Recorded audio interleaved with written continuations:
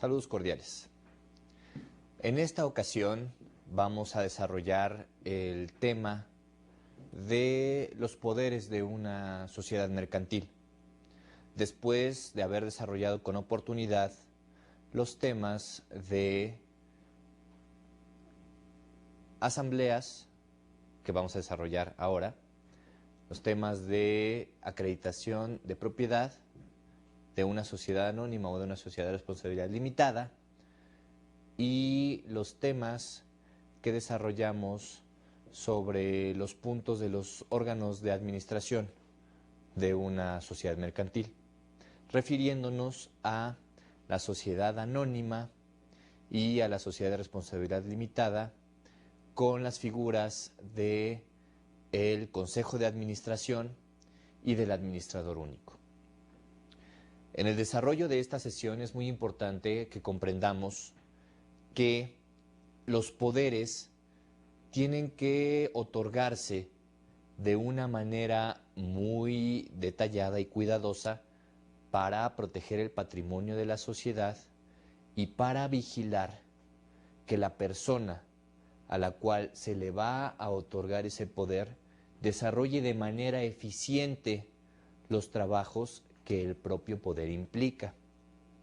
Muchas veces en su práctica o en su experiencia laboral, tal vez hayan escuchado que alguna persona que tenía ciertas facultades aprovechó esas facultades en beneficio propio y afectó los intereses de la sociedad. Gente que defrauda, gente que se sobrelimita en lo que puede hacer y utiliza esas facultades que de buena fe le da la sociedad mercantil y las emplea para sus propios beneficios. Para evitar este tipo de inseguridades es muy importante que desde el principio de las reglas que establecen quién puede otorgar poderes y para qué, se otorguen y se ofrezcan blindajes legales suficientes para que su patrimonio esté seguro y que al mismo tiempo la operación de la sociedad tenga esa dinámica y esa operación eficientes que impidan que se retrasen los trabajos porque no se desarrollen por la persona que tenga poderes para poder desarrollarlo. Cuando nosotros hablamos de poder, hablamos de esa facultad que en este caso concreto una sociedad mercantil le otorga a una persona física, y es muy importante establecerlo, persona física, que ya vimos en los órganos de administración que el tema es idéntico. Los órganos de administración tienen que ser personas como usted o como yo, no sociedades o personas morales, como también se les denomina. Entonces, son esas facultades, esos poderes, esas oportunidades de desarrollar legalmente ciertas actividades que una sociedad mercantil le otorga a una persona. Pero es conveniente otorgar todas las facultades a una persona. Estamos exponiéndonos a algún riesgo jurídico en el caso de hacerlo. Hablando de un órgano de administración como lo es un consejo, ¿todos los consejeros deben de tener las mismas facultades? ¿Por qué? Esas incógnitas las despejaremos en el transcurso de este apartado de esta sesión. Y aportaremos nuestra experiencia práctica como asesores en diferentes empresas para poder ofrecerles una solución práctica, objetiva y real a este tipo de problemas o a este tipo de vicisitudes que pueden acontecer en el diario desarrollo de las actividades de su sociedad. Para empezar, hay que establecer que los poderes, desde el punto de vista legal, se otorgan a través de una figura jurídica que nuestro Código Civil mexicano establece como un mandato.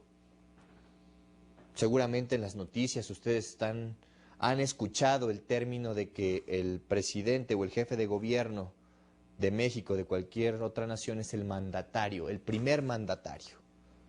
¿Qué quiere decir esto? ¿Por qué, en este ejemplo, un presidente es un mandatario? Pues porque esa persona se le ha otorgado una encomienda para que a nombre y a cuenta de otro desarrolle una actividad.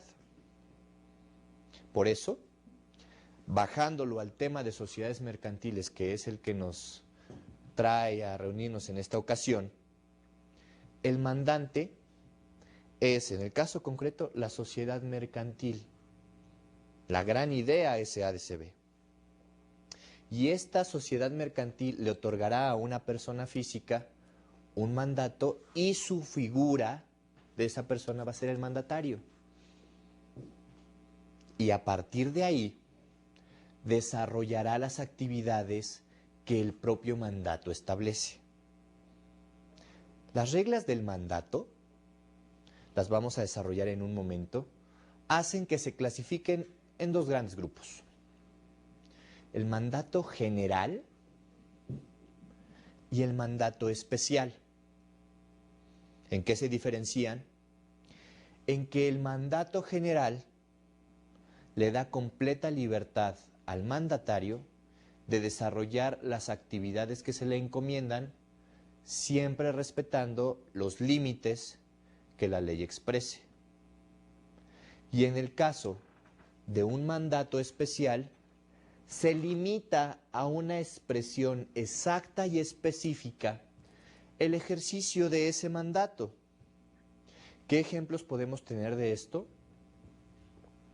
Un poder general puede ser, por ejemplo, en el caso de los abogados, licenciados en Derecho o asesores legales, un poder general para pleitos y cobranzas, que ya desarrollaremos más adelante.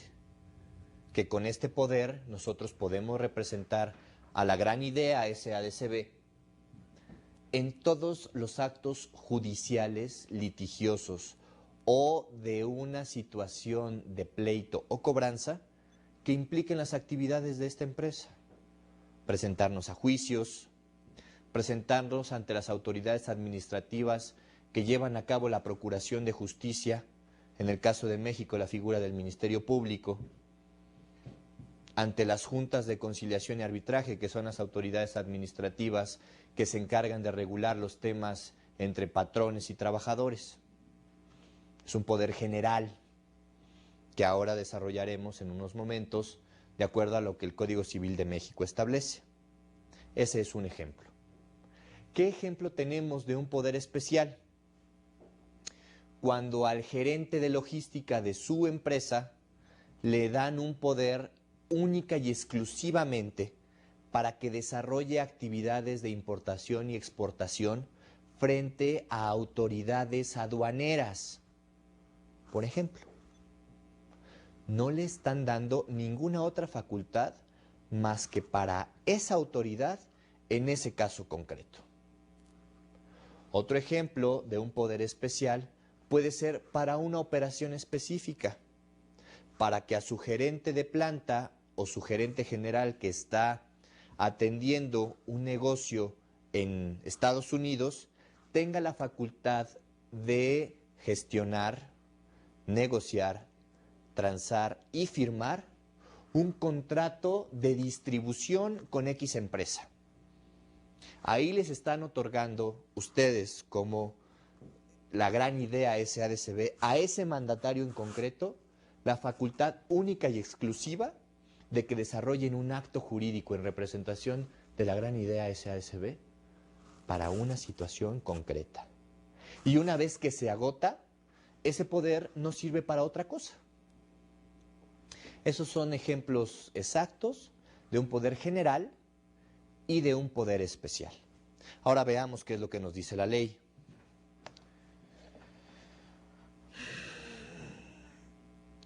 Como ya se los comenté, el artículo 2546 del Código Civil de los Estados Unidos mexicanos establece cuáles son las condiciones de un mandato, como ya se los expliqué con mis propias palabras, pero creo que es importante que conozcamos el concepto legal. Los poderes de una sociedad se desarrollan o se ejecutan a través de la figura del mandato, el cual es un contrato por el que el mandatario, esto es, el que recibe el mandato, se obliga a ejecutar por cuenta del mandante los actos jurídicos que éste le encarga. Y el fundamento de este concepto, como ya lo cité, es el artículo 2546 del Código Civil. ¿Qué tipos de poderes generales existen?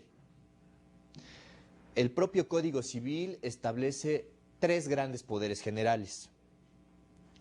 Poder general para actos de administración, poder general de actos de dominio y poder general de pleitos y cobranzas. El poder general de actos de dominio, el cual es el más delicado por las implicaciones económicas que implica, otorgan al mandatario las calidades de dueño de la sociedad. Ojo, aquí es importante establecer que no nos referimos a los títulos de acción que conforman la sociedad, a lo que usted como socio tiene como título. No me refiero a esa parte de la sociedad, esa es de usted y solamente de usted. A lo que me refiero es a que el mandatario puede desarrollar actos jurídicos como dueño de todos los activos de su sociedad. ¿A qué me refiero? A que una persona que tiene poder de actos de dominio puede disponer por la facultad que ese mandato le ofrece el que pueda firmar la compraventa del terreno que es propiedad de su sociedad, de la casa o del inmueble, del edificio o de la oficina que es propiedad de la sociedad, que pueda vender, que es la manera en la que se entiende mejor, cualquier activo de la sociedad. Y no hay ninguna implicación legal en caso de que ustedes, como socios de la misma, no estén de acuerdo porque ustedes le dieron la facultad a la persona. Es por eso que es muy importante saber a quién se le entrega esa facultad y cómo limitarla. El poder general de actos de administración es el poder que desarrolla normalmente el director o gerente general, que no es usted como socio, y que va a estar todos los días al frente de la operación de la gran idea SASB. Es esa persona que tiene que desarrollar tratos con clientes y proveedores, con empleados, con autoridades administrativas de los tres niveles de gobierno. Es la que tiene que tener la facultad de poder pactar, comprometerse u obligarse para poder desarrollar correctamente la operación de la sociedad. Es la que puede firmar los contratos por los productos o servicios que impliquen su negocio.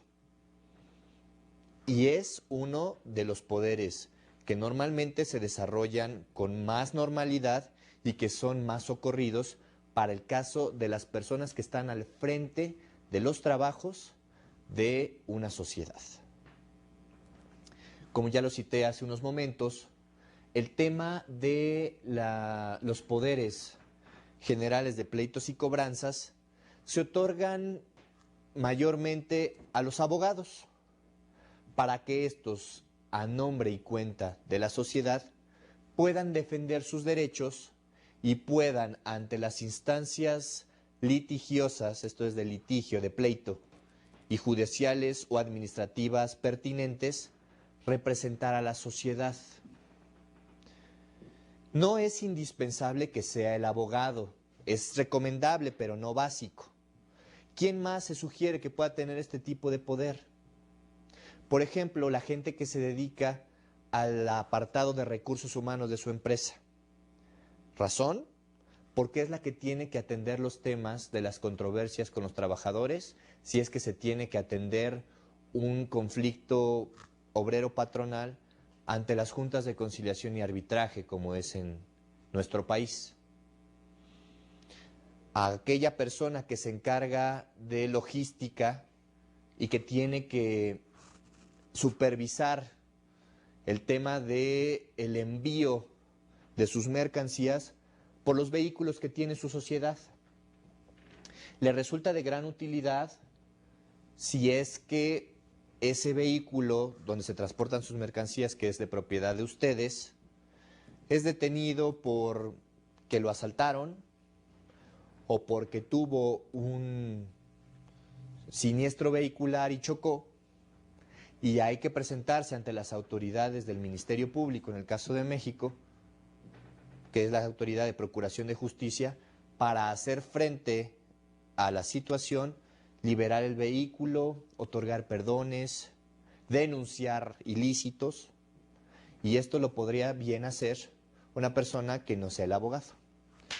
Aunque insisto, es muy recomendable que el abogado de su empresa tenga este poder de pleitos y cobranzas. Ahora bien, ¿qué otros poderes existen? En la práctica se han desarrollado otros poderes que son aún más particulares, con el propósito de distribuir la responsabilidad de los trabajos entre diferentes personas. ¿Cómo a qué me refiero? Como aquellos poderes que se otorgan para situaciones concretas que tienen un poquito más de generalidad, pero al mismo tiempo se limitan. Y voy a enumerar algunos de ellos. Que exista un poder para suscribir, comprometerse y obligarse en materia de títulos de crédito. ¿Qué quiere decir esto? Que solamente haya una o un grupo muy reducido de personas que se comprometan por la sociedad a firmar pagarés, porque van a querer una capitalización a través de un préstamo, y el préstamo va a ser a través del título de crédito denominado pagaré. ¿A qué otro me refiero? A un poder exclusivo para aperturar cuentas bancarias, para que solamente sea una persona o un grupo reducido de personas las que tengan esa facultad de presentarse ante las instituciones bancarias a desarrollar este tipo de trabajos. Estos dos ejemplos bien podrían pertenecer al Poder General de Actos de Administración, y tan solo con el Poder General de Actos de Administración desarrollar este tipo de temas. Pero dependiendo de lo que se va a desarrollar en su operación ordinaria, será necesario establecer si se abre general el poder o se limita.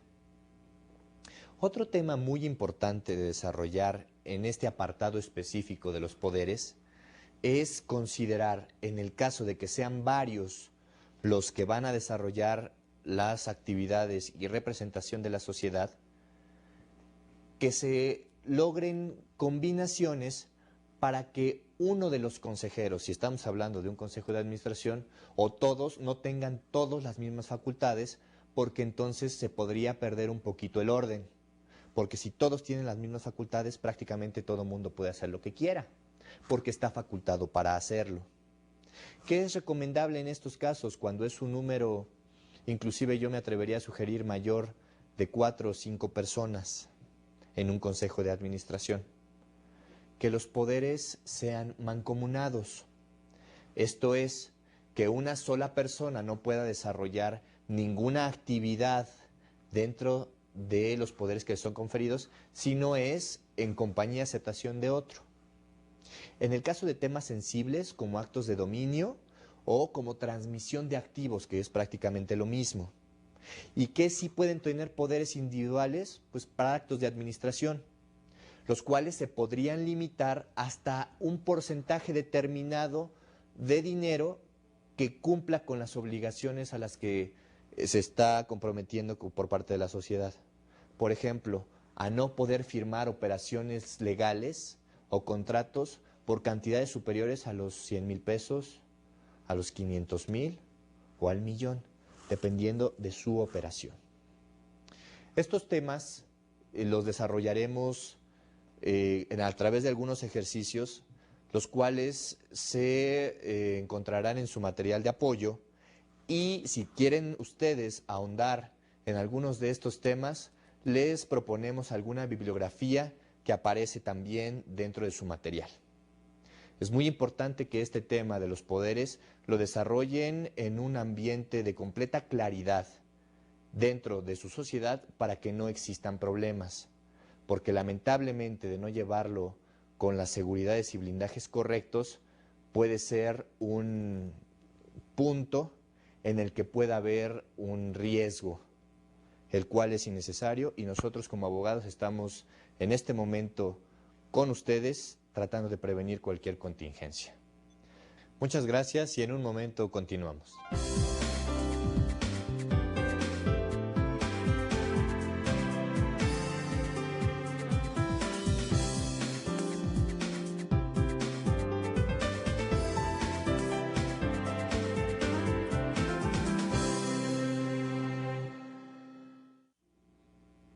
Saludos.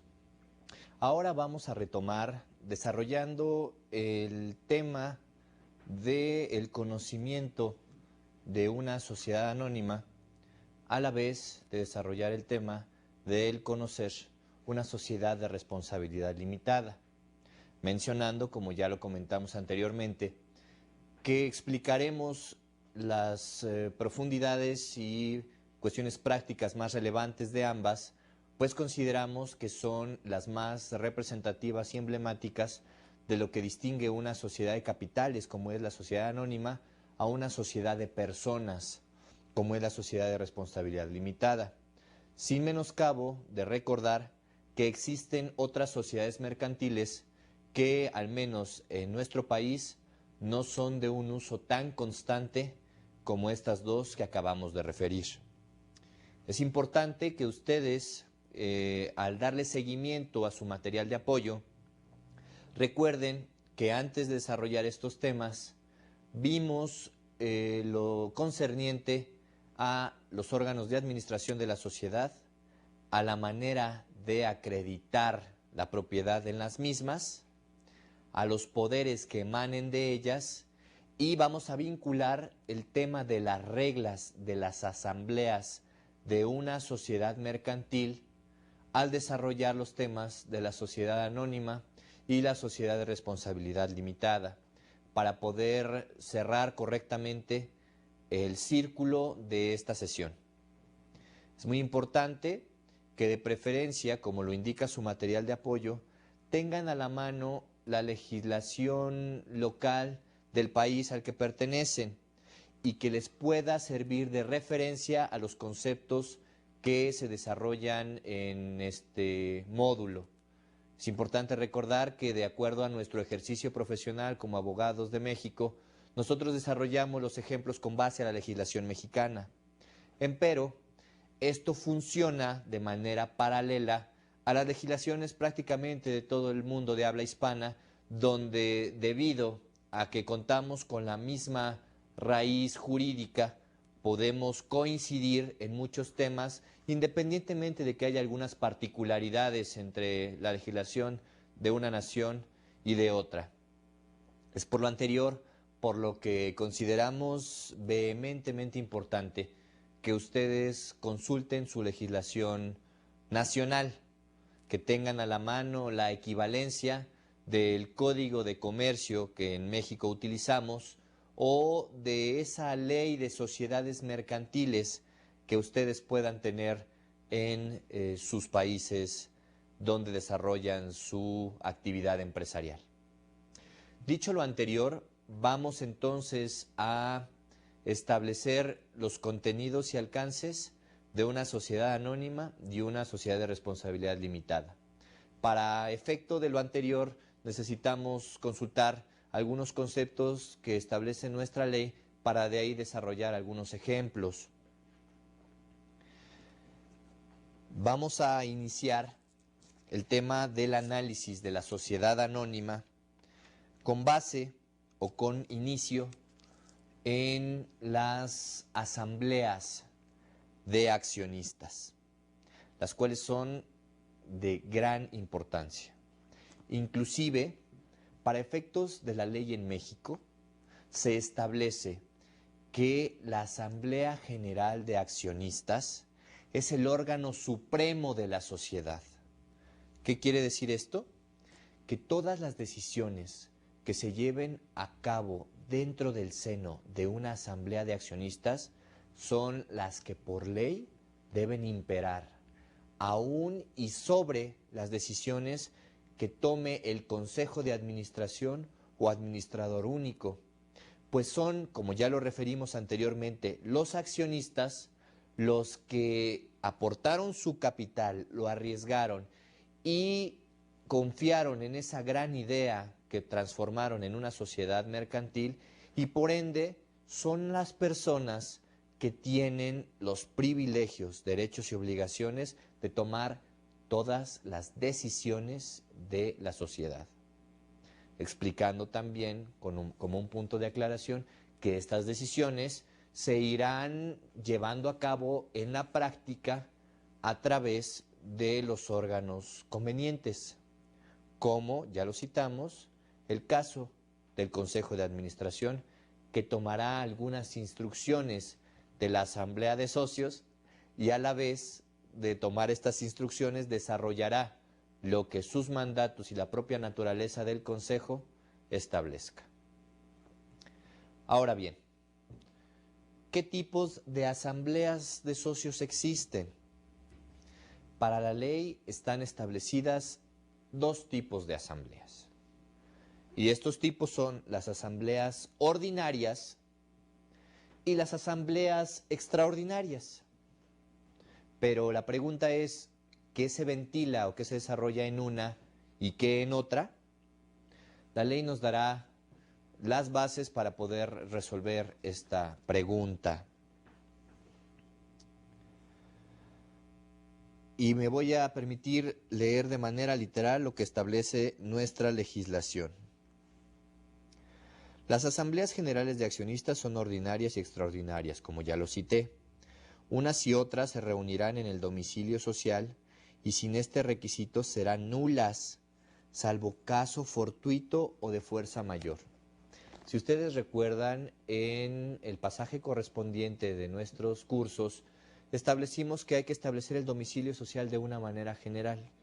Esto es, establecer el municipio, la delegación o la zona donde se establece el domicilio, sin necesidad de pormenorizar en un número, calle y colonia del mismo, el cual, de acuerdo a la ley, sería posible de desarrollar, pero que nosotros recomendamos que simplemente se circunscriba a una región geográfica un poquito mayor, para que no haya, de alguna manera, dificultades en la interpretación de lo que establecen nuestros estatutos. Aquí establece la ley el tema de caso fortuito o fuerza mayor en la circunstancia en la que no se puedan llevar a cabo las asambleas en el domicilio de la sociedad. ¿Ante qué circunstancia puede suceder algo como esto? Pues ante el paso de un huracán, por ejemplo, un terremoto, o que en el domicilio de la sociedad se lleve a cabo un acto vandálico o que de manera normal no nos permita realizar la actividad que nosotros deseamos.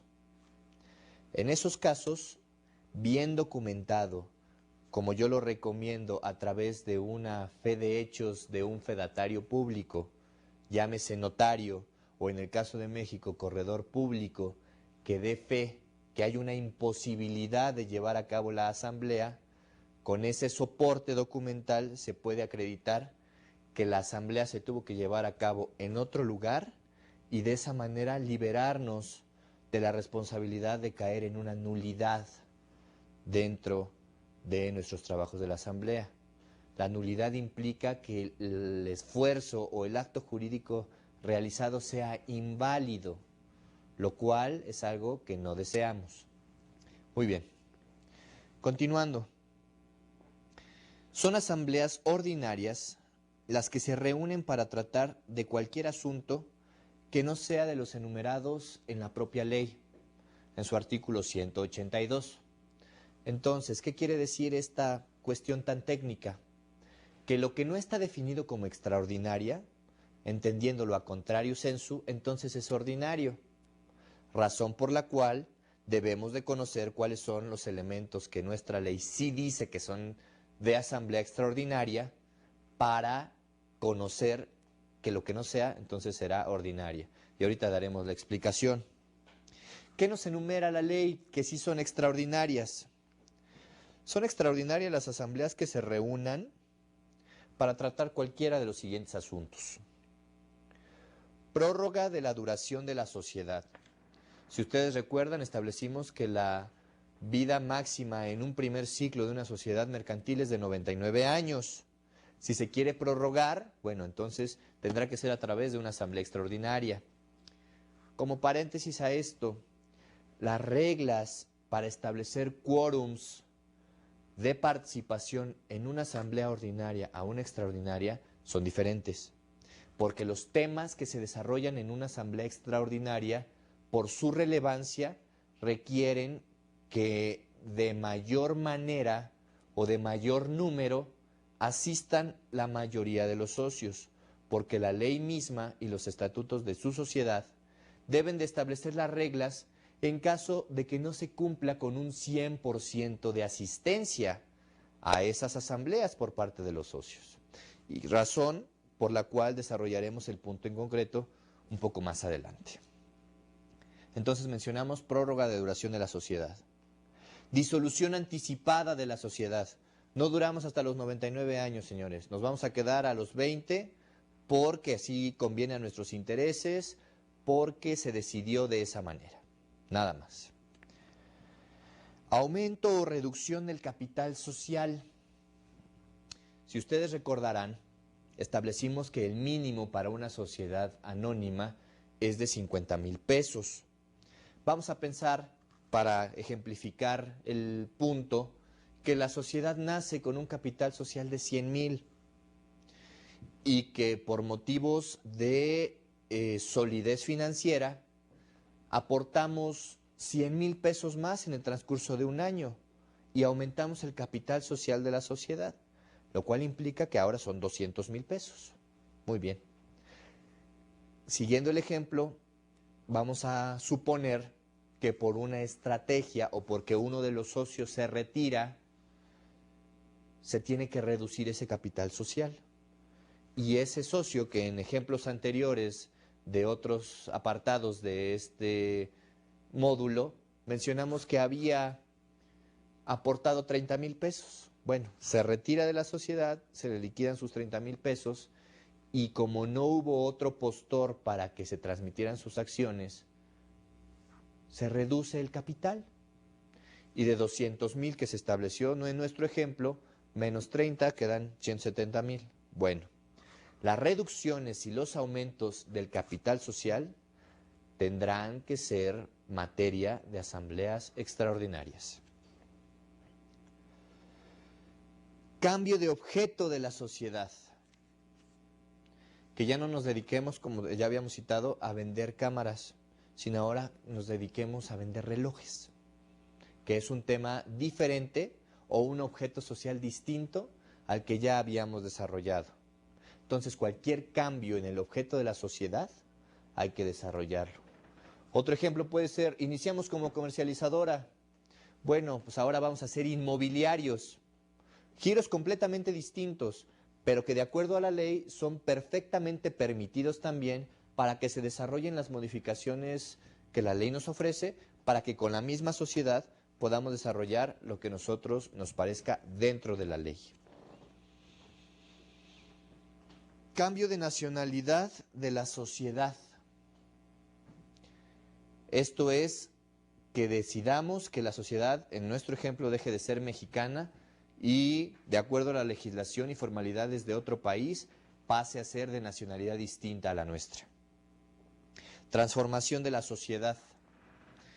Que nazca como una sociedad anónima y por alguna estrategia o por alguna conveniencia de los socios se decida que se vuelva una sociedad de responsabilidad limitada. La ley nos ofrece esa oportunidad siguiendo una serie de formalidades y es perfectamente válido. pero, como hemos estado insistiendo en este punto, requiere una decisión de una asamblea extraordinaria. La fusión con otra sociedad.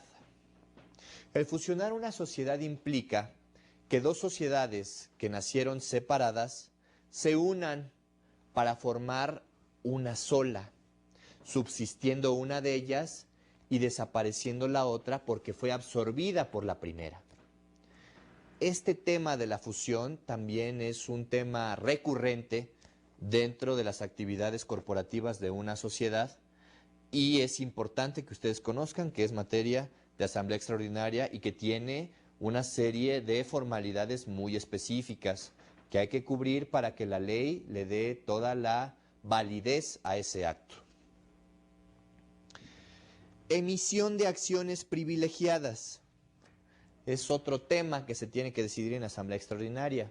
Esto es que se reduzcan o se aumenten derechos y obligaciones a una acción que, si seguimos el ejemplo, era prácticamente ordinaria con los derechos y obligaciones normales de cualquier otro miembro de la sociedad, de acuerdo a la idea original de los títulos accionarios. Como ya vimos en un ejemplo anterior también, mencionamos el tema de las acciones de voto limitado.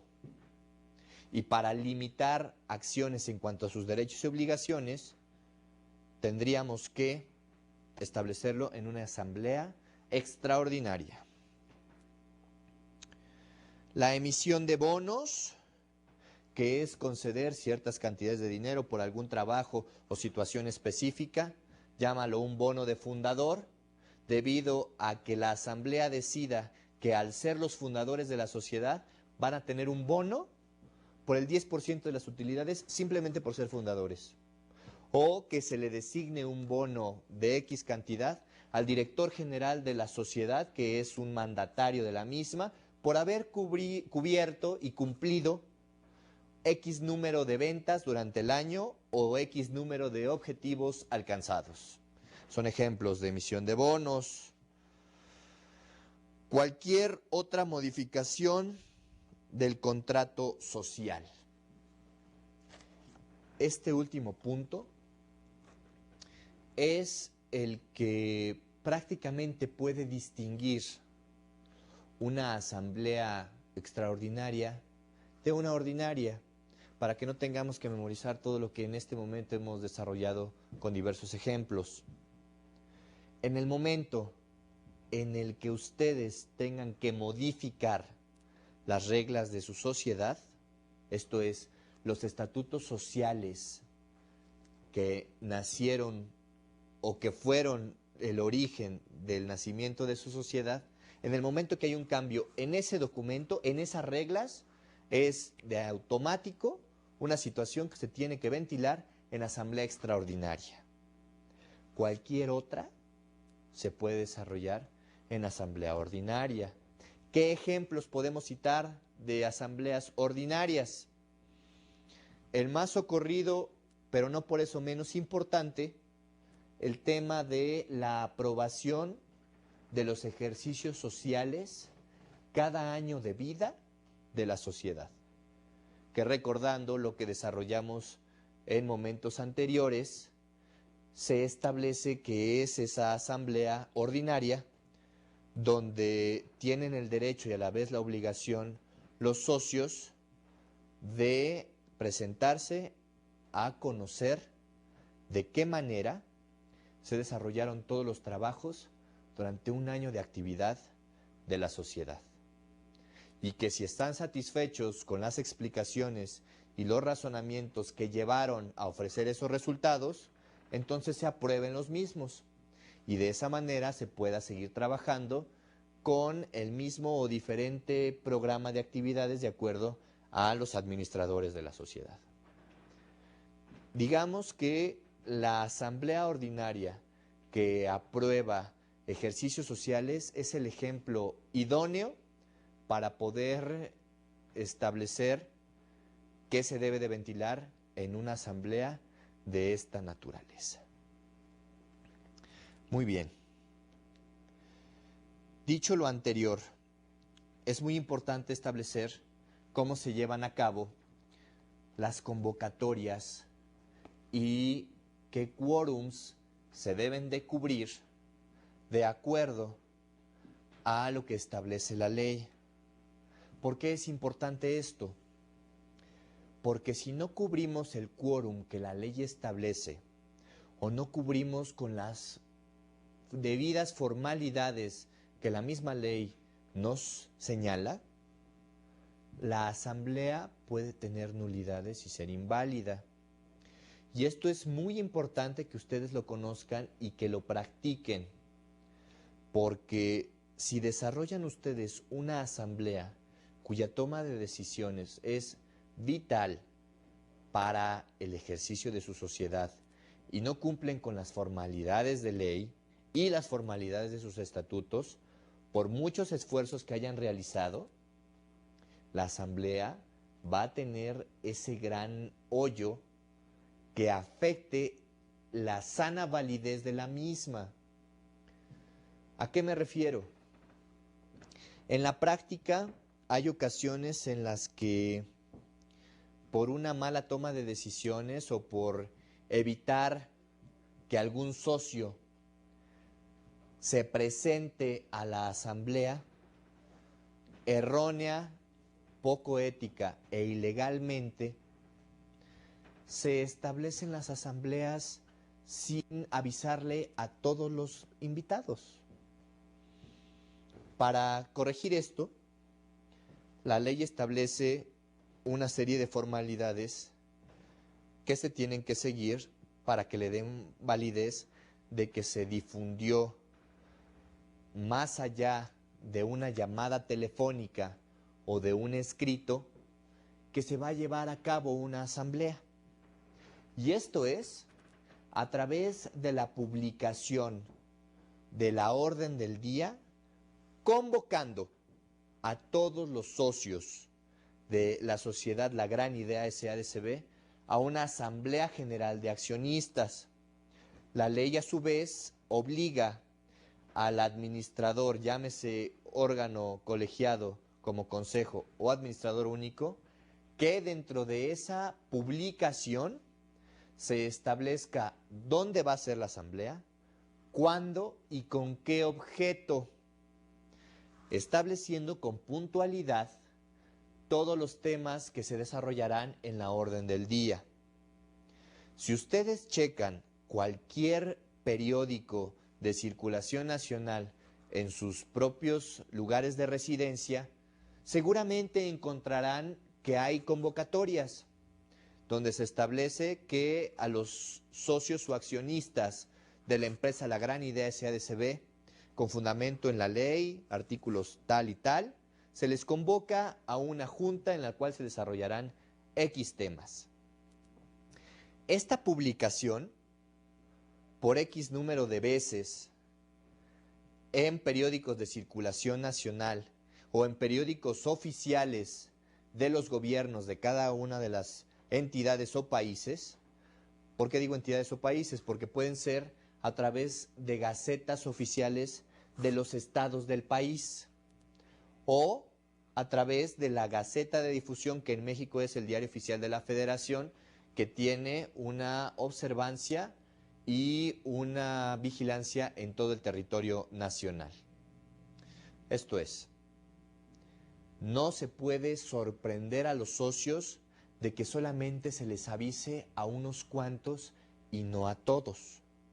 Si por algún tema en concreto no se puede notificar debidamente a algún socio, se subsana con la publicación en este tipo de medios de difusión, independientemente de que los propios estatutos sociales establezcan que se desarrolle una notificación personal con acuse de recibido y además una llamada o un fax. Las combinaciones en ese sentido, además de las publicaciones, son al gusto y a la operación de sus trabajos. Si es más eficiente que sea a través de un correo electrónico con acuse de recibido, la ley, en el caso de México, no es prohibitiva a algún tipo de notificación en este sentido, aunque ofrece muchas debilidades porque no se tiene la certeza absoluta de que la persona a notificar realmente lo haya sido. Por eso, actualmente, aún es recomendable establecer a la usanza antigua esas notificaciones con acuse de recibido firmado de puño y letra de la persona a la que vaya dirigida esta información. Con los nuevos procesos y las nuevas tecnologías esto puede resultar inoperante, pero aún nuestra legislación no está del todo preparada para poder acreditar de una manera indubitable notificaciones o reconocimientos. Aunque haciendo un paréntesis, ya con el uso del Internet y de las nuevas tecnologías de la información, se establece con más cotidianidad el que se fije que ha sido notificada o que una aceptación ha sido establecida a través de apretar un botón. Y la legislación mexicana en ese tema ha tratado de desarrollar algunas mejoras para adecuarse a los tiempos actuales, pero aún estamos atrasados en los temas. Más adelante desarrollaremos algo al respecto. Pero continuando con el tema de las convocatorias, después de esta explicación que hemos desarrollado, voy a leer algunos puntos que consideramos sobresalientes de la legislación en México que conversaremos en este momento. La convocatoria para las asambleas deberá hacerse por el administrador o el consejo de administración o por los comisarios, salvo lo dispuesto en los artículos 168, 184 y 185. Bueno, vamos a hacer una pausa aquí rápidamente porque vamos a hablar de los comisarios, una figura que no habíamos utilizado antes. Este tema de los comisarios, haciendo solamente un paréntesis, es esa persona que tiene la obligación de supervisar de manera puntual y cercana todos los trabajos que desarrolle el órgano de administración. Puede ser que al escuchar comisario la cabeza los transporte al pensar en un sheriff, digamos.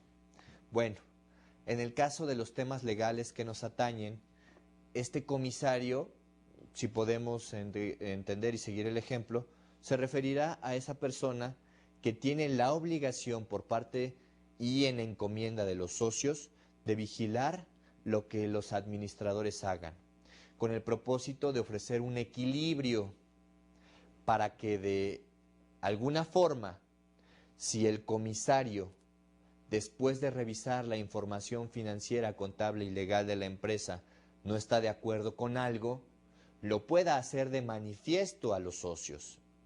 Y estos, al conocer la información, pidan cuentas y tomen las decisiones oportunas a los administradores para que se lleve de una manera eficiente el trabajo de la administración de la sociedad. Esto provoca un equilibrio para que los administradores no se sientan absolutos dueños del balón, si me permiten la expresión futbolística, que tienen que, por una parte, rendir cuentas a la asamblea de socios y por otra, que tienen a un supervisor detrás de ellos que tiene una responsabilidad a su vez, si no hace eficientemente su trabajo, de vigilar lo que los administradores hagan. Y por eso, citando el ejemplo, regresando a lo que acabamos de leer, tienen la obligación de que si los administradores no convocan a asambleas, entonces el comisario lo haga. En su material de apoyo encontrarán mayor información si es que quieren profundizar sobre el tema en cuanto a los comisarios de una sociedad. Muy bien, vamos a continuar leyendo. La convocatoria para las asambleas generales, aquí no distingue si son ordinarias o extraordinarias, esto es para ambas, Deberá hacerse por medio de la publicación de un aviso en el periódico oficial de la entidad del domicilio de la sociedad, tema que ya desarrollamos, o en uno de los periódicos de mayor circulación en dicho domicilio, con la anticipación que fijen los estatutos, o en su defecto, si es que los estatutos no mencionan este tema, 15 días antes de la fecha señalada para la reunión. Durante todo ese tiempo, estará a disposición de los accionistas en las oficinas de la sociedad el informe a que se refiere el artículo 172 de esta ley. ¿Qué informe es ese? Es un informe de la situación financiera de la sociedad. Como ya lo dije, ¿qué es todo lo que se desarrolló en la sociedad en el término de un año? Aquí la ley nos ofrece esa oportunidad de que cualquiera de nosotros como socios, antes de llegar a la asamblea, hayamos tenido el tiempo y la oportunidad de estudiar con minuciosidad la información que los administradores debieron llevar a cabo y de esa manera tener ya un conocimiento previo para poder desarrollar o inquirir, en el caso que sea necesario, cualquier tema que no nos haya aparecido dentro de la información que nos aportan los administradores.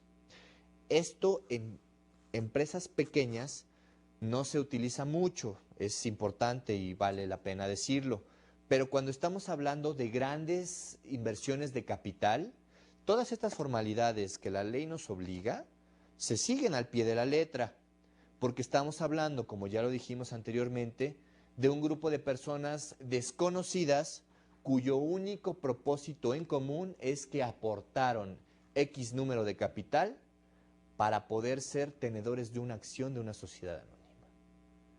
Y que al ser tenedores de esa sociedad, tienen los derechos y obligaciones que les implica el haber invertido en la misma. Cosa diferente en la sociedad de responsabilidad limitada, que desarrollaremos en breves momentos. Muy bien. Continuando. Aquí la convocatoria, como ya lo cité, para las asambleas deberá contener la orden del día y será firmada por quien la haga. Recordando que puede ser el comisario o el órgano de administración, si es el consejo a través de su presidente y si es administrador único, este mismo. Vamos a hablar rápidamente de los quórums. Para que una asamblea ordinaria se considere legalmente reunida, ordinaria, señores, no olvidemos el tema, deberá estar representada por lo menos la mitad del capital social y las resoluciones solo serán válidas cuando se tomen por mayoría de los votos presentes. Esto es, la mitad del capital social, que esté representada la mitad del capital social. Esto es el 50% de el valor que represente la sociedad. Si estamos hablando de una sociedad de 200,000 pesos, el equivalente a 100,000. La matemática sigue sin fallar. En el caso de una asamblea extraordinaria, lo que los estatutos establecen y la propia ley también señala es que tratándose de asambleas extraordinarias se tiene que establecer el 75% como una regla general, aunque los estatutos pueden establecer un porcentaje mayor. Y es importante y se entiende que el porcentaje aumente por la naturaleza e importancia de las decisiones que se toman a cabo o que se llevan a cabo en una asamblea extraordinaria. Esto es muy importante porque estamos hablando de una modificación de las reglas del juego. Y si las personas que participaron desde el principio no están de acuerdo en la toma de una modificación, tienen que expresarlo. Y si sí lo están, también. Y la manera de hacerlo es presentándose. Y por eso los compromisos o los requisitos para establecer este tema en una primer convocatoria es del 75%. ¿Por qué lo digo como primera convocatoria? Porque también la regla es muy puntual a través de la ley de qué pasa en caso de que no se cumplan con los porcentajes mínimos requeridos en una sociedad para realizar una asamblea. ¿Qué tal si no van?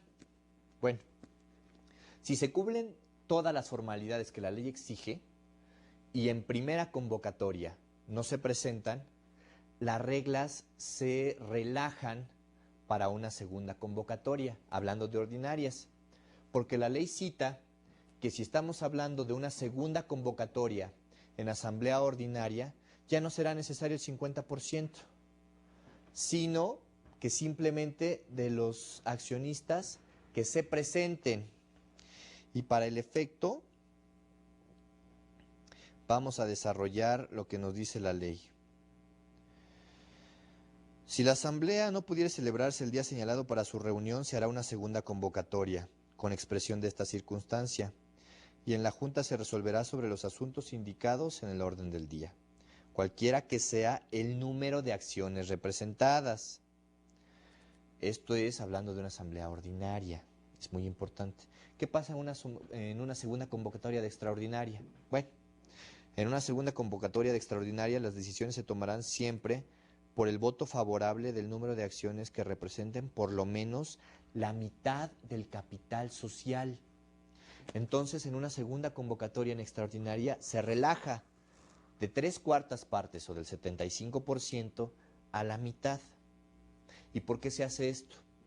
Porque también se trata de evitar que los socios hagan complots o por una iniciativa o una decisión personal traten de boicotear los trabajos de este tipo de asambleas, lo cual lamentablemente en ocasiones sucede y por eso la ley trata de ser puntual en establecer las reglas y condiciones para el caso de este tipo de actuaciones donde de manera voluntaria deciden no presentarse o simplemente no se presentan sin conocer la causa. Muy bien.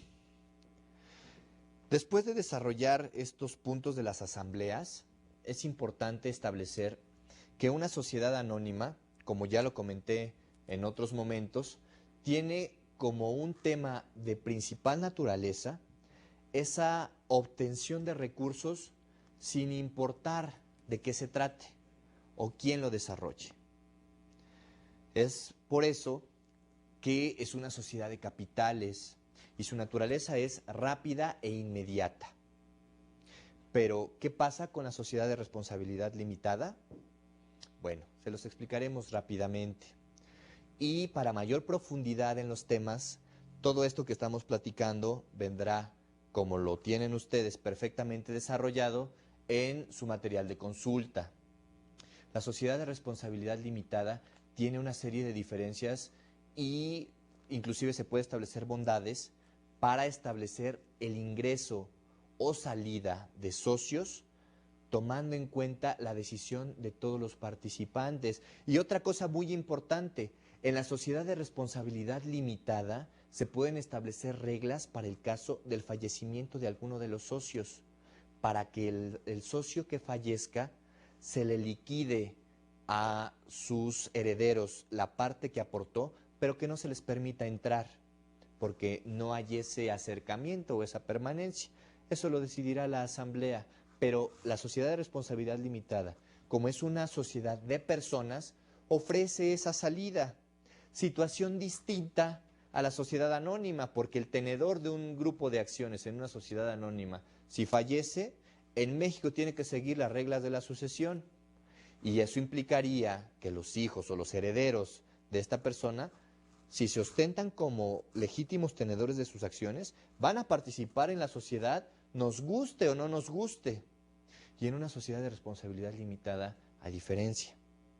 En su material de apoyo encontrarán cuáles son las diferencias entre una sociedad anónima y una sociedad de responsabilidad limitada. Ahí encontrarán material que les permitirá abundar mucho más de lo que ahora hemos desarrollado. Las reglas en cuanto a consejos de administración o órganos de administración, asambleas y poderes prácticamente se desarrollan de manera idéntica en ambas sociedades. Y es por lo mismo que los ejercicios que desarrollamos o las explicaciones que ofrecimos en estos temas también servirán para los temas de la sociedad de responsabilidad limitada. Si ustedes tienen dudas adicionales, pueden consultarnos a la dirección de correo electrónico de consulta de nuestro colegio y además estoy seguro que la información del material de apoyo que se ha ofrecido a ustedes les permitirá aclarar cualquier duda que tengan sobre estos temas. Más adelante seguiremos desarrollando situaciones de sociedades mercantiles que establezcan temas tales como inversión extranjera, qué hacer si ustedes quieren atraer capital extranjero en el caso de México, o qué hacer cuando se trata de una fusión, una escisión o una disolución de sociedad. Todo eso, con mucho gusto, lo desarrollaremos en una sesión posterior. Hasta la próxima y muchas gracias.